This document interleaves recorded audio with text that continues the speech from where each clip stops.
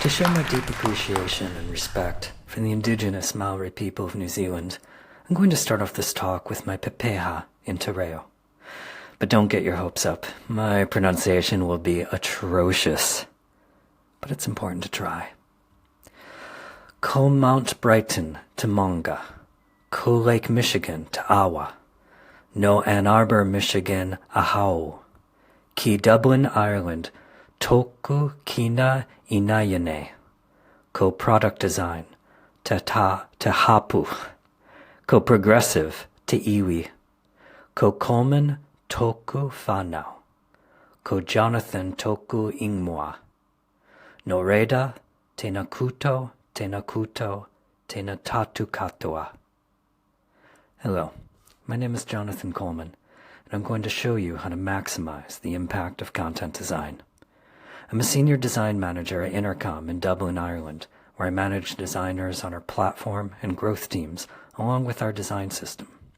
You can find me on Twitter at jcoleman. And if you have any questions that we don't get to discuss in the chat, please just ask on Twitter and I'll follow up with you. And you can go to this link right now and get these slides. go.inter.com/uxnz. I've included links to all the references and related resources there, so everything is all together for you in one place. Now this talk starts with the biggest failure of my career, and it ends with an altogether different sort of failure. That means a hell of a lot more to me. One of the reasons I like talking about failure so much is because, well, we so rarely hear about them at tech events like this one. We see stories about the big wins and the successful outcomes, but it's rare to hear about the losses, the mistakes. And that's a pity, because those are often the most interesting stories that teach us the most. After all, the oldest lesson is that we always learn more from failure than we do from success. So here's one of my first projects when I worked at Facebook. It launched back in 2014, and it identified the music, movies, and TV shows playing around you. So it was pretty much like Shazam, but for Facebook. If you opted in, then whenever you posted, Facebook would use the mic on your phone to analyze the sounds playing around you. And it would create an audio fingerprint of those sounds and attempt to match that fingerprint against a huge database to identify what you are listening to. And then you could choose to post the result to Facebook, and all of this happened in about 5 seconds. Now, before we go any further, I should mention that none of this is a secret. There's a press release on Facebook's newsroom from 2014 that shows you everything you're about to see here. Now, my work on this product was solely limited to UX writing. I planned and wrote out this welcome screen that you see here, and its goal was to explain the feature clearly so that people would opt into using the product. Now, do you see that little Learn More link? Now, if you tap that, then this second screen would come up, and it tells you more about what the feature is and what it does. And that's pretty much it. We went through a few iterations. I took it to critique. I got feedback that I applied to the final version. I got it approved by the product team, the various leaders, even the lawyers. And why not? It's simple enough, friendly enough. What could possibly go wrong? Oh, let me tell you. You see, people needed to know how it worked and why they should use it. The how and the why. But all I had was the what. And there was barely any what there. Amy Thibodeau, who's now a UX director at Shopify, used to call what I was doing dusting the content. She said that when you only tidy up the words on the surface without understanding or solving the problem, you're not really focusing on the product or its user experience anymore.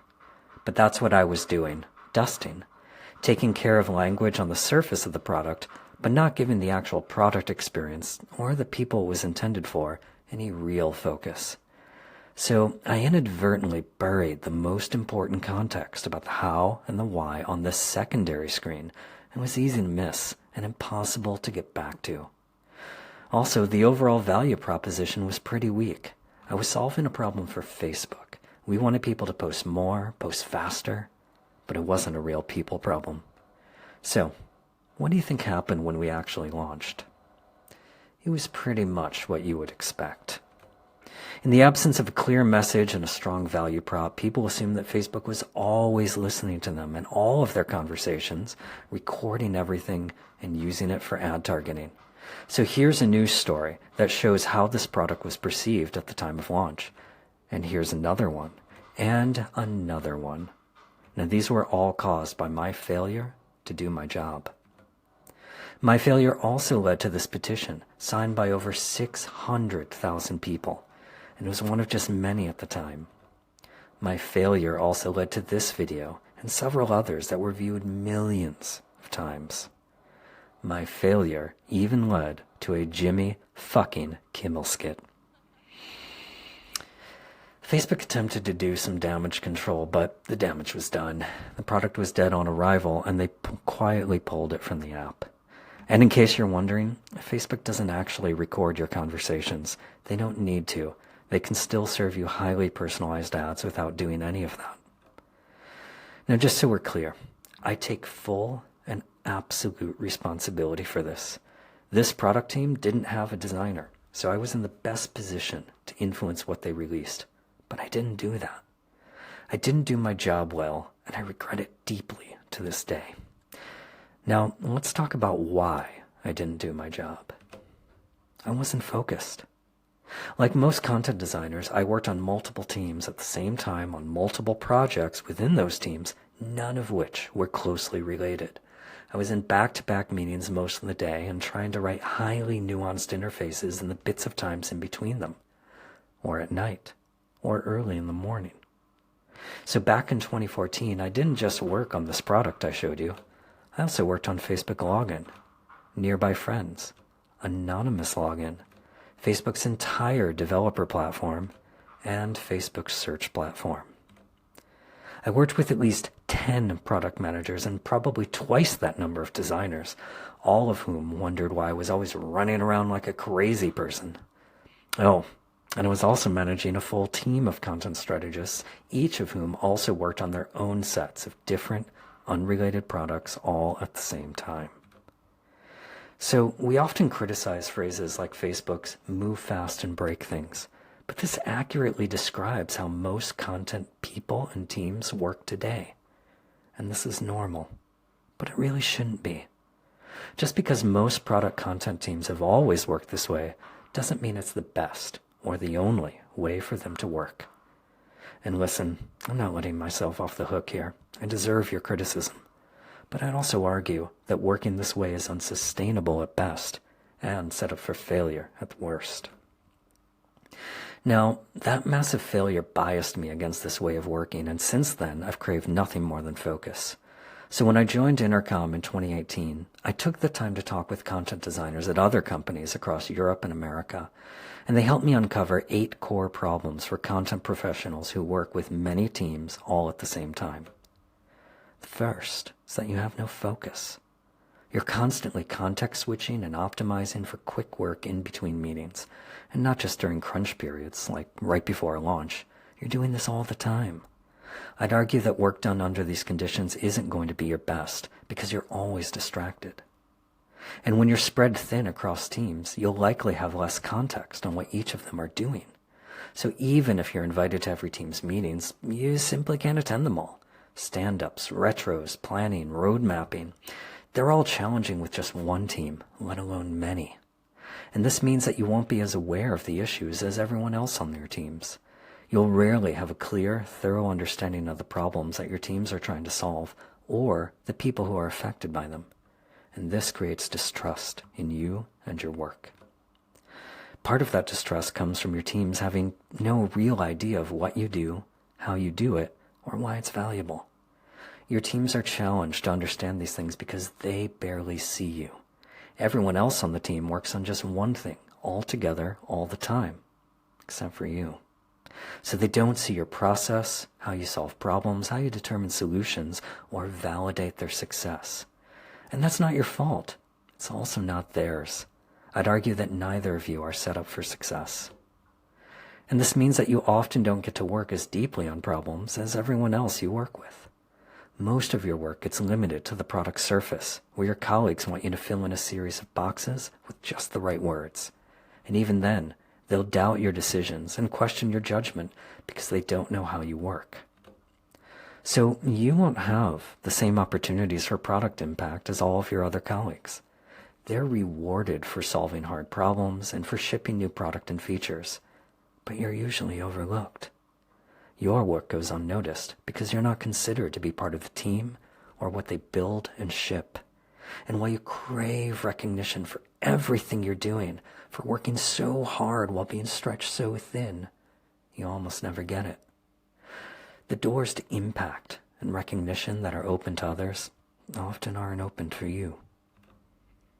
And this makes it hard to advance in your career, not just promotion to the next level, but learning how to solve harder problems, build better products, develop your skills as a designer or as a product person. Basically, doing anything besides writing, and usually writing more or writing faster. It's hard to grow your skills when you're scrambling to switch contexts between teams, when your work isn't trusted or recognized, and when your hands are tied. And this means that you're almost never paid as much as your colleagues in design and product. They out-earn you in cash, equity, bonuses, raises, and more. And they'll continue to out-earn you as they take new roles and new jobs in new companies. And it's not about us as individuals. A survey by the UX Writing Collective found that 74% of people who self-identify as UX writers also identify as women. So less compensation for practitioners of this discipline also greatly contributes to the gender pay gap in design and tech. And so finally, you're burnt out. And who wouldn't be under circumstances like these? It's hard to stay motivated when you're spread too thin, context switching too much, under-recognized, under-promoted, underpaid. And when your only solution is to go to another company only to repeat the same process over and over again. Now, these 8 problems aren't new. Everyone working in this field knows all about them, and most of us have grappled with them for the better part of a decade. Some of you probably longer than that. And yet we rarely talk about it outside of the content disciplines. Now, these 8 problems mean that content design teams often don't align with the qualities of an effective design organization. What you see here are the guidelines developed by Peter Merholtz and Kristen Skinner in their book, Org Design for Design Orgs. By their definition, most content teams aren't healthy. They don't work from a solid foundation, their output is overly constrained, and their management isn't empowered to do anything about it. But there's hope. We don't have to be defined by our problems. I'm going to show you a design ops effort that we pursued over the course of 6 months in 2019 to solve these 8 core problems. And this effort led us to change the way our content designers work, what they work on, how we understand their impact, and even how we pay them. In our case, hope came from design ops. This is a term that's a shortened form of design operations. Dave Malouf's definition that you see here accurately describes what you're about to see. Design ops is everything that supports high-quality crafts, methods, and processes. And of course, all of these things depend on people. Now at Intercom, one of our product principles is to always start with the problem. We try to explore it deeply and return to it often to make sure we don't veer off course. So that's where our design ops work began. I interviewed my team, our internal partners and stakeholders, our leaders, and several content design teams around the world, and created this document with my findings. Now, this is where we defined and explored those 8 problems I just shared with you. It's also where we hypothesized the solutions that I'm about to share with you now. The key change I proposed was that we move content designers from focusing on 5 to 6 teams each to just 1 team at a time. Just 1 content designer to 1 team, and that's it. This matched the allocation of all of our colleagues. Product designers, product managers, and engineers at Intercom all worked on just 1 team at a time. Now, working this way has a lot of advantages, the most obvious of which is the opportunity to focus. But content people who work this way also have the time to develop deep understanding and context. They get close to the problems and the people who are affected by them. They earn the trust of their team because they're constantly working alongside them. They're highly visible, and they can participate in all of their team's rituals. So the team ends up seeing what content designers actually do, how they do it, and how it drives impact. And to get the full benefit of working with just one team at a time, we also had to give up any distractions that would hurt our focus. And for us, this meant canceling our office hours program. Most content design teams use office hours to earn trust and to provide lightweight support across their entire company. But I'm biased against office hours because I believe that they make accountability unclear and they optimize for shortcuts rather than following a proven process. So if content designers work on just one team instead of 5 or 10 or more, how should they spend their time? We needed to set new expectations with our colleagues for what we do, how we do it, and how it has impact. So inspired by Jesse James Garrett, we defined the practice of full stack content design. Now this is work that goes beyond the product surface all the way down to its foundations. We untie the hands of content designers and set the expectation that they would be accountable not just for user experience, but for overall product success as well. Now content designers were expected to influence product strategy, direction, scope, roadmaps, systems, solution concepts, and more, just like everyone else on their product teams. They had just as much at stake as a PM, a product designer, or an engineer. So our theory was that if content designers have deep focus, context, and the trust of their teams, then they can work on these problems deeply from the beginning, having far more impact on product than they would otherwise. They could also engage in setting product strategy and requirements, as well as interaction design, UI design, visual design. You know, just like product designers. So because our teams already know what to expect from product designers, it's now easy for them to understand what to expect from content designers. In effect, we often refer to both these categories of work as just simply being capital D design. So our content designers started working just like our product designers. They co-lead product teams and drive their own product efforts, such as understanding the problems and aligning the team around them, conducting research to yield insights, hypothesizing solutions, mapping out systems and defining concepts, working at all levels of fidelity to prototype, validate, and ship. So that's right. They work in clearly identifiable and well understood ways across the entire double diamond design process. You know, just like product designers. But what were they actually accountable for? And what did their impact look like?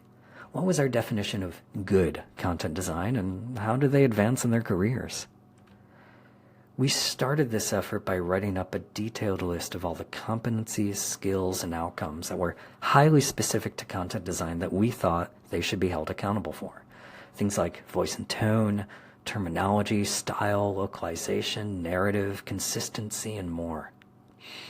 And then we trashed all of that. And that's because when we reviewed Intercom's existing competencies for product designers, we didn't see any reason why content designers couldn't or shouldn't do exactly the same things. And you can review these competencies too, because we've shared them openly on our design team site at intercom.design. For example, here's what we expect of all of our designers in regards to working on products with teams. We now hold both product and content designers accountable for the same competencies here. And why shouldn't we? These competencies focus on product knowledge, direction, vision, strategy, collaboration. It's hard to imagine any design role being effective without practicing these skills. And it just makes sense that content designers should be accountable for them as well. It's the same for the behaviors and practices we value. These competencies focus on our beliefs and values, how we communicate about design, developing a growth mindset, and team building. Why shouldn't both content and product designers be held accountable for these things? Since we want both roles to work together well, it would actually create conflict and disruption if content designers had different values and behaviors than product designers. And this also holds true for the results, the impact and outcomes that we care about the most. These competencies focus on the impact we create and the practices that bring it about, such as setting smart goals, biasing towards action, working efficiently, and making the most the opportunities in front of us. Again, why shouldn't both content and product designers be accountable for these same things? So, the only real difference we found was in design execution, what work we do and how we do it. And you might think, hey, there's a big gulf in execution between what product designers do and content designers do. But what we found is that there's not, if and only if content designers work on one team at a time. And then most of those differences vanish. So in the end, we decided to keep these same expectations for design execution with just one single change. Product designers would focus slightly more on interaction and UI design and visual design. Content designers would focus slightly more on information architecture, UX writing, and narrative. But both roles would be expected to be proficient and capable across all of these areas. And that's it. That's the only difference in accountability that we set. In examining the differences between two roles that we thought were so distinct from each other, we found that they were far more alike than we thought. And finally, content designers are almost always paid less than their peers in product design and other disciplines. We know this from published salary surveys, as well as from internal and publicly shared spreadsheets of salary information from many companies all over the world. We see it across all levels, company sizes and maturity, countries and regions, and other factors. And what we did here, it's not exactly rocket science. What we figured is that if content designers do the same work as product designers, using the same process to the same standards and expectations, and are held accountable for the same results and impact, well, they should just be paid the same. So now content designers and product designers at Intercom have exactly the same total compensation by level and experience. There's no difference at all between pay bands, equity grants, benefits, or anything else. And a fun fact, our designers also have the same pay bands and compensation as our product managers. And this wasn't a hard conversation. Our leaders were happy to do it because it's just so clearly the right thing to do. Equal pay for equal results. We've also found it to be a key differentiator for recruiting new content designers to join our team. But that's not a benefit I want. It's not an advantage I should have, because everyone working in this field should be paid fairly for their work. Imagine if all companies did this at scale across the content design disciplines, where women make up 74% of all practitioners, then we'd begin to see some clear impact against the gender pay gap in design and tech. And there you have it, the 4 key changes we made from our design ops effort. First, content designers work on just one team at a time and no longer run office hours. They practice full stack content design, working not just on the surface, but deep in strategy and scope, extending their practice across the entire double diamond design process. We hold all designers accountable for impact in exactly the same ways, so that everyone knows what to expect of both content and product designers. And because of that, we pay all designers the same.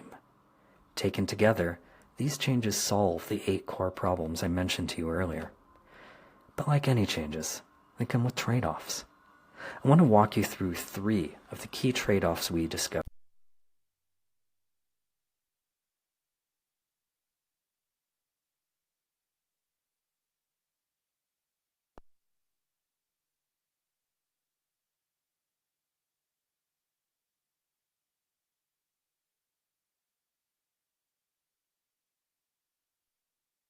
So in effect, by prioritizing some teams over others, we were picking winners and losers.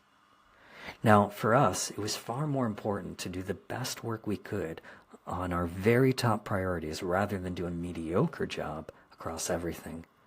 But still, the product experiences that don't get our support are lower quality than we would like.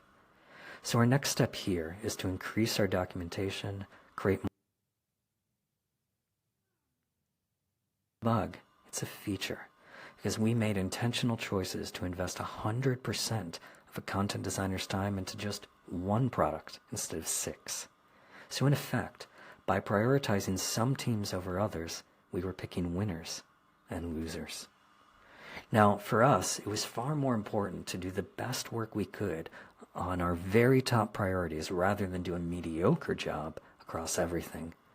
But still, the product experiences that don't get our support are lower quality than we would like. So our next step here is to increase our documentation, create more self-serve tools, and do more hands-on trainings with our teams. Now, on the products that do get content design support, the work is held to a much higher standard. It's the same standard as product design. So our leaders ask for a lot of heavy lifting from our content designers, and they are right to, because we have the same expectations of content designers as we do of product designers, and we also pay them the same. So content designers have to know their product spaces inside and out, they have to explain the rationale for their decisions clearly, and they have to move fast, just like product designers. So when they're facing a hard challenge or question, they can't push the work off to another designer or a PM or an engineer. They need to take ownership and be accountable for moving things forward. And finally, when content designers are focused on just one team, they can't work holistically on all of our content across the entire product system. It's not just individual products that don't get our support. It's all of the handoffs where those products connect with each other.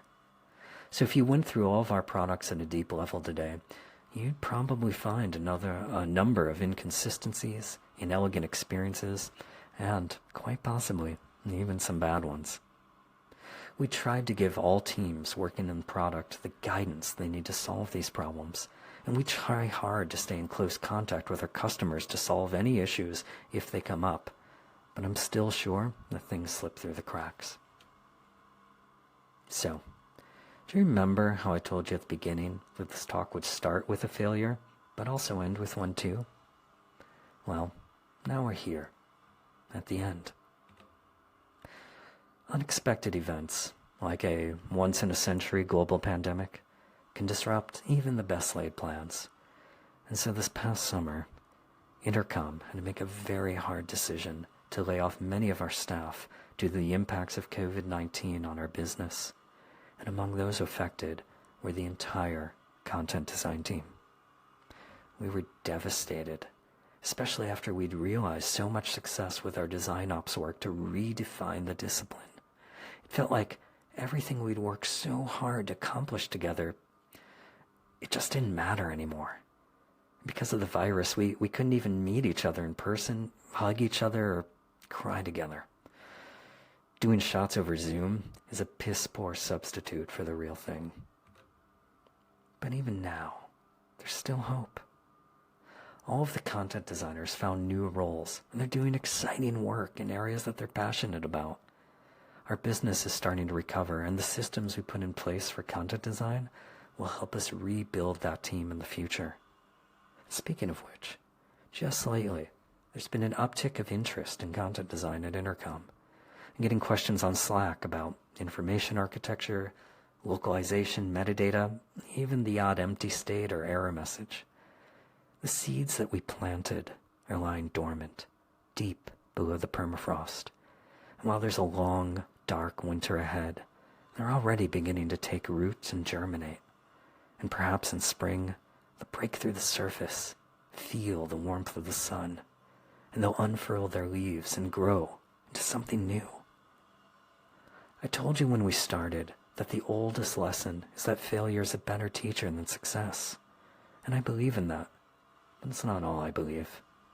Because this year, 2020, I found resilience in something else, something stronger, something far more meaningful. Where there's life, there's hope. Thank you.